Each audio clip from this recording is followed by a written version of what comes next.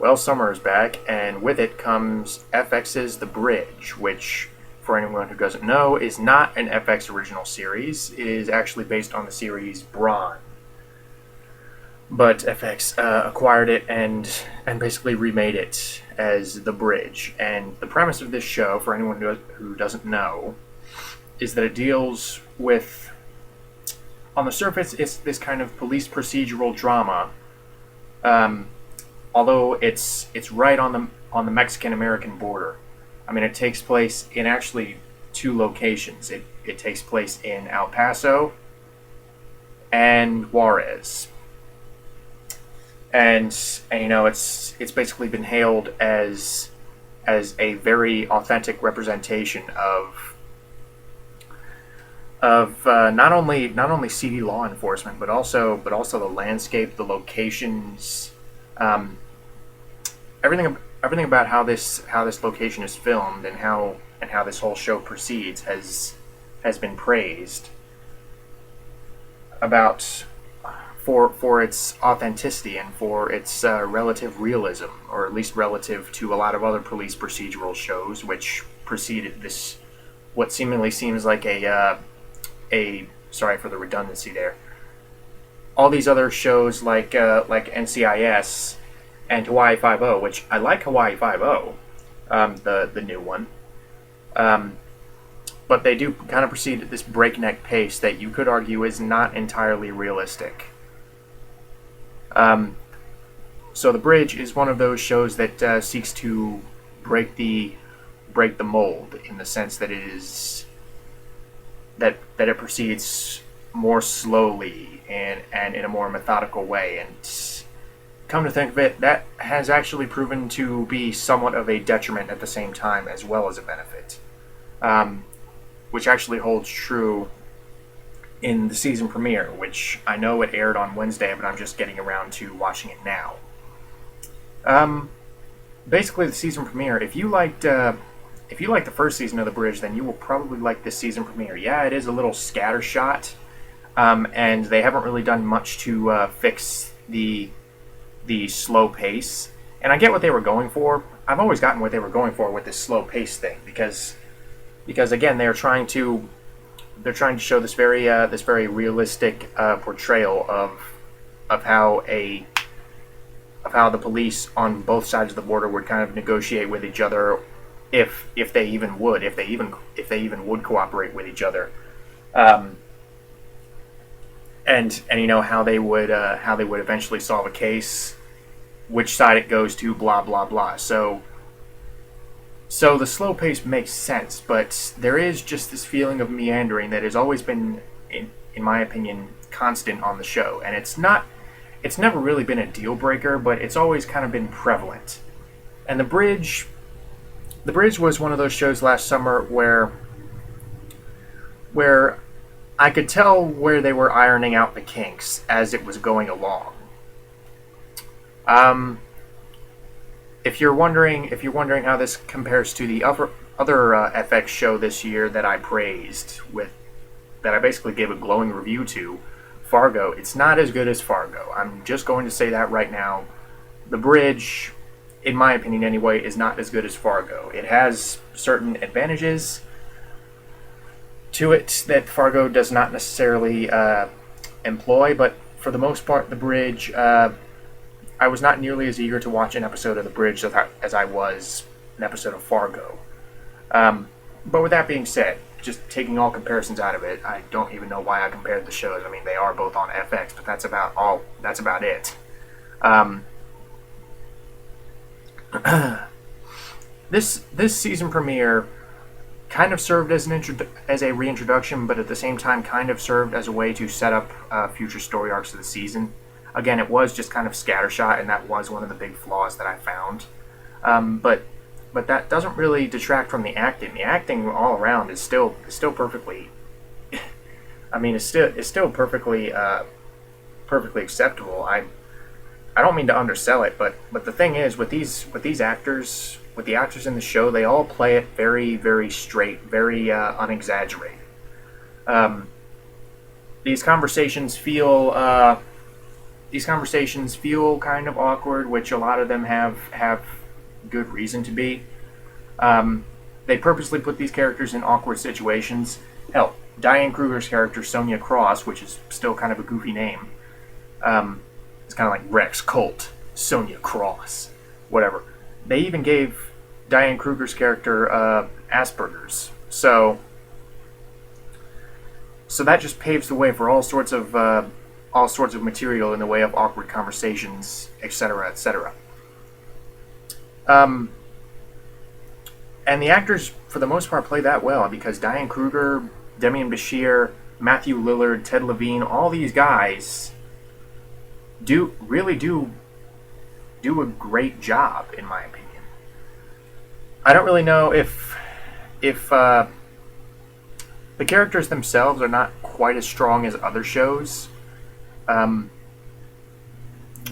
Annabeth Gish's character, I think I never really got too much enjoyment out of watching. She's okay, but I kind of lost interest in her after a while, especially considering her story didn't really tie into the whole to the seasonal arc, or, come to think of it, anyone else's story. So it might have actually been a blessing that she wasn't in this episode. She's probably going to show up later in the season, because she is running this underground smuggling operation, I believe it is. I literally have not seen the bridge since last summer when it aired. But these actors still do a very good job. There isn't really anything in the way of lousy performances. And as per the standard that this series has set, the cinematography is still gorgeous. I mean, they really do a fantastic job of capturing the very bleak, while somewhat beautiful sights of these locations around the border. I mean, the deserts and the kind of rundown buildings and the highways filled with cars. All of this stuff feels exactly what it is supposed to feel like, and the way that the camera sort of captures this kind of gritty, almost unpleasant grandeur of this place is really interesting. I mean, it's kind of like what Vikings was able to do with its depiction of Scandinavia, although purposely less pleasing to the eye. This is not meant to look like a nice place. But again, there is just sort of a majesty in how they film it. So the cinematography is fantastic as usual. And the methodical pacing, the slow methodical pacing, is still very, very prevalent here. I would almost argue too prevalent, because season 2, in my opinion, is really the place, or is really the time where you can learn a lot from season 1. Vikings, I know, got a lot of flack for having a very slow pace during season 1, and you know what? In season 2, they fixed that, or at least in my opinion. So to see the bridge not really taking advantage of that, to see it hold to course, or stay the course, I thought that was a little bit of a missed opportunity. I thought this was really a chance to gain some new followers by saying, hey, by having the critics say, hey, good news, the bridge is not nearly as boring to some people as it previously was. I'm not saying I was bored by it, but again, this slow methodical pacing and the occasional meandering that it feels like the show goes through might be enough to drive some people away. But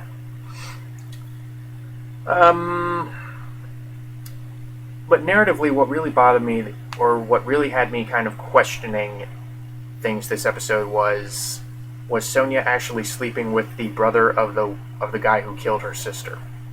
First of all, I applaud this show's choice to include this guy as presumably a supporting character, because it's not often at all that we see family members, especially sane family members, related to serial killers or bad guys.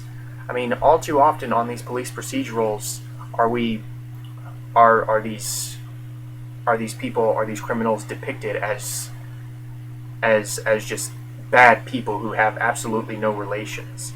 And to actually have one of the protagonists of this show um, become entangled in a relationship with this perfectly on the level guy, this very regretful guy, this regretful brother of the person who killed her sister, was actually a pretty bold move and a very interesting move. However, what I felt kind of detracted from that was her choice to sleep with him. I like seeing Diane Kruger's butt as much as the next guy, but I felt it was a little bit too premature in their relationship. I think what would have made her choice to sleep with him a little bit more impactful is if they had actually taken more time to talk to each other, to kind of learn more about each other, kind of see where this whole thing goes, and then sleep together later in the season. Honestly, it's kind of the same reaction that I got when I saw Marco sleep with Annabeth Gish's character in the first season. I felt it was kind of out of nowhere, especially since these two people have just barely know each other. But in all honesty, I was a little bit more accepting of it this time because we have established that the character of Sonia is not exactly on the level. I mean, she is kind of a screwed up person. Not only does she not have much of a mental filter regarding what she says and how she acts, but also she's just kind of she's screwed up. She's a little crazy.